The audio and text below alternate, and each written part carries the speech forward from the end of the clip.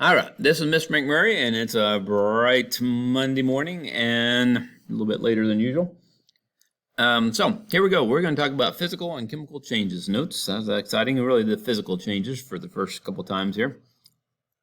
Hello, this is Mr. McMurray, and we're here on a bright and shiny Monday morning. At least some of us are. Numbers getting fewer all the time. We'll see. But anyhow, here we go. So first of all, we're going to talk about physical changes. Notes, it says physical and chemical, but we won't be getting to the chemical for a little while yet. So energy, what is energy? Energy is any force that causes a change in matter. If everything just stayed the same all the time, that'd be kind of boring, right?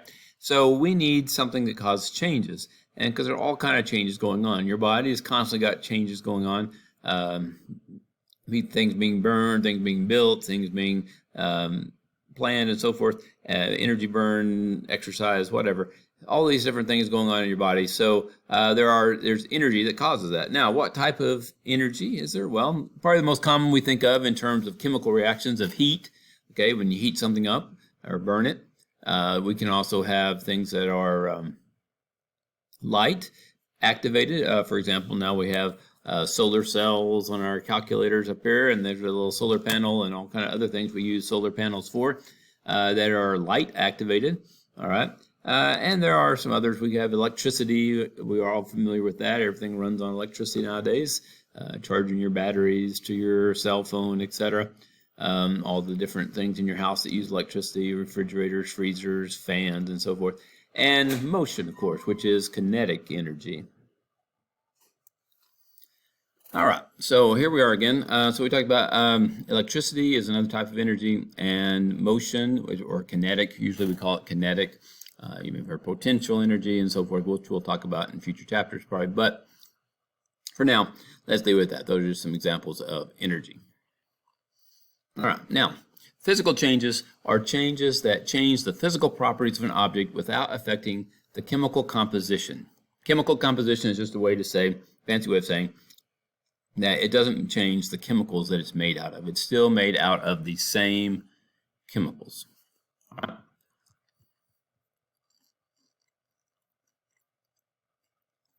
For example, if I have this piece of paper, all right, I can tear it into pieces, all right, into smaller pieces. But that is basically a physical change. I have not changed it to the chemicals that make it up. It's still got paper, it's still got pieces of graphite or lead on it, it's still got toner, which is the printer ink on it. That's it, okay? It's still basically the same chemicals it was before. Now, is it the same? No. Can I put it back exactly like it was? No, not without some tape. But I can. It's still pretty much the same thing. So that would be considered a physical change for sure. Now, on the other hand, if I were to take the same piece of paper, all right, or a different piece of paper, actually, because that piece is in little pieces, and if I were to light it, all right, now I'm going to blow it out because I don't want to start a fire here. All right. Now I have a completely different type of change. That would be a chemical change because I cannot put this back together like it was. And that's one characteristic of a chemical change. Physical changes, generally speaking, can be undone.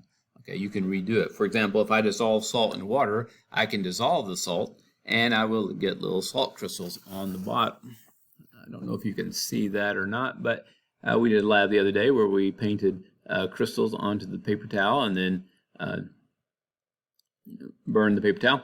And you can see that, maybe you can see, hopefully you can see that there's some crystals down the bottom. This is where the water, the liquid was in. As the water evaporated away from it, it left some of the salt crystals. So that's once again a physical change. The same chemicals are present that were there to begin with. All right. All right. With a chemical change, it's almost impossible to put them back together again. There's smoke that came off, water vapor, carbon dioxide, carbon monoxide, and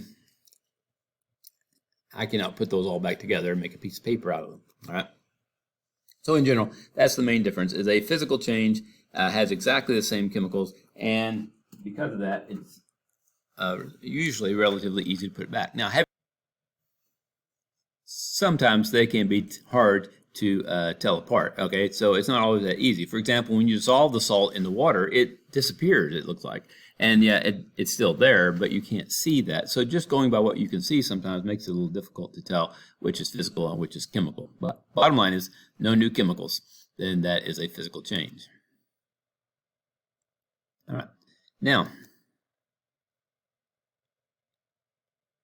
some examples of the physical properties that could be changed, just like the piece of paper to begin with.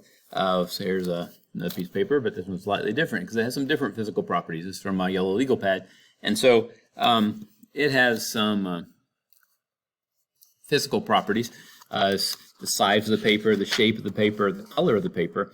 Okay, it can also be what phase it's in. Phase means state. You may have heard states of matter or phases of matter, solid, liquid, or gas, something like that. Okay, besides those, there's also smell. It doesn't have much, fortunately. Taste, I'm not going to try that, thank you. The mass, how much mass is there in it? The density of it. Some papers are heavier duty and are more dense than others. The melting point doesn't really apply to the paper because it will not melt, but nor does it have a freezing point, but it does have a ignition point, the temperature at which it will ignite, which is around 451, I believe, 451 Fahrenheit. Was that the way the name of the book is? Something like that. So anyhow, all of those are physical characteristics or physical properties of an object.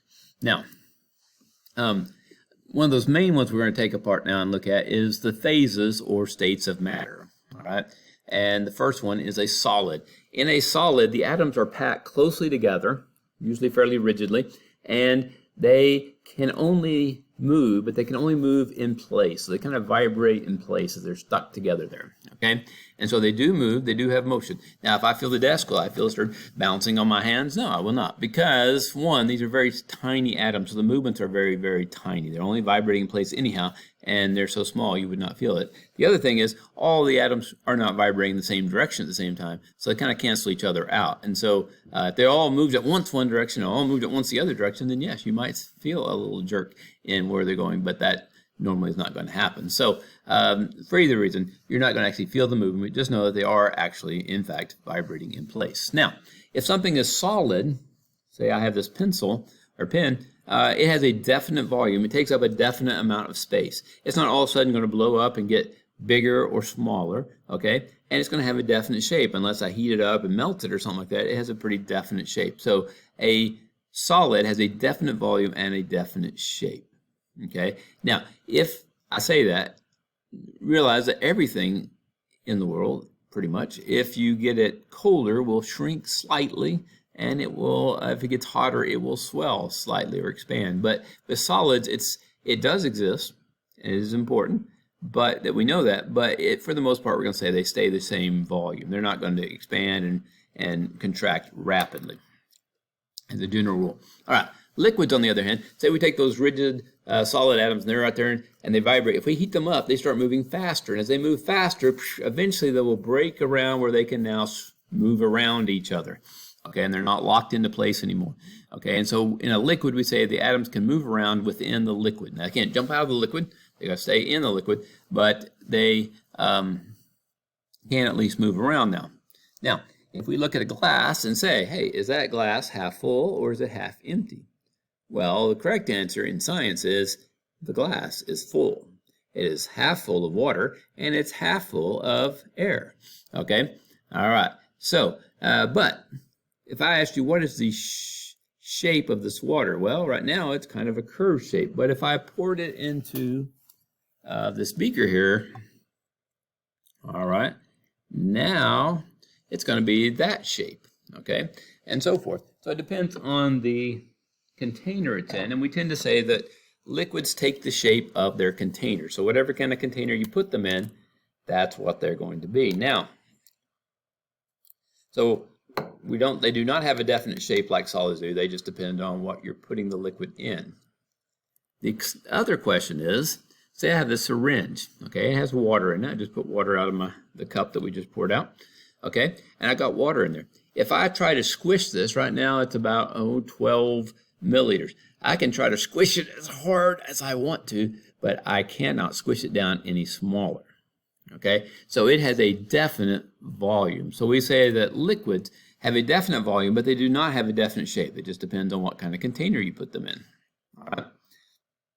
Now, once again, when liquids get warmer, they expand slightly. When they get cold, they tend to contract, except water. When it gets really cold, it does up to a point, and then when it's right before it turns ice, it actually expands. But that's an exception to the rule, okay? But for the most part, we can't really change. It's not going to change enough to really notice in most cases. All right. Now, if we heat that liquid that has the atoms sliding around, and they get enough energy, they break loose, okay? And they break loose. When they break loose, they have now become a gas. In a gas, the atoms are far apart. That's why we can easily walk through a gas, because the atoms are so far apart. We can walk through a liquid, because at least we can move through them, because they move around. But gases are way even more so. It's a lot easier to walk through gases, all right? And the atoms are constantly moving, not just wind and stuff like that, but even just the atoms when they're sitting around, they are constantly moving around. In fact, air pressure, we talk about air pressure, like in your tires or something like that, has to do with those atoms moving around and hitting the walls, okay? Or if it's a glass or something like that, it's hitting the container. And as they hit the container, that's what causes the air pressure, okay, inside of it. And it's because the atoms are constantly moving around. Now, gases are a little bit different. They're kind of like liquids in that they take the shape of their container. So what's the shape of the air in the glass? Well, whatever the shape of the glass is. The shape of the air in this room is the shape of this room, okay? And so basically, there you have it. Now, volume is a little bit different though. Okay, if we look in a syringe, let's say we're going to go ahead and go up to 20 milliliters. Okay, we're going to fill it full of air, and we're going to put this syringe on the end, and we're going to push it, and I can push it from 20 milliliters all the way down to about 3.5 or 4. And if I take it off, it's going to expand back and take about 20 milliliters again. Okay, and so the volume of air can change rapidly depending on pressure and also depending on temperature. Okay, when you heat up a gas, it expands quite a bit, rapidly enough so that we can make balloons that float up in the air, hot air balloons and things like that. So it does not have a definite volume. It really depends a great deal on the temperature and pressure, and it does not have a definite shape. It just takes the shape of its container. All right, and that's basically all the notes that we have here today. I know you'd like to take more and all that, but that will do it. So if you will just answer the questions, and you will be done with today's assignment. Have a great day.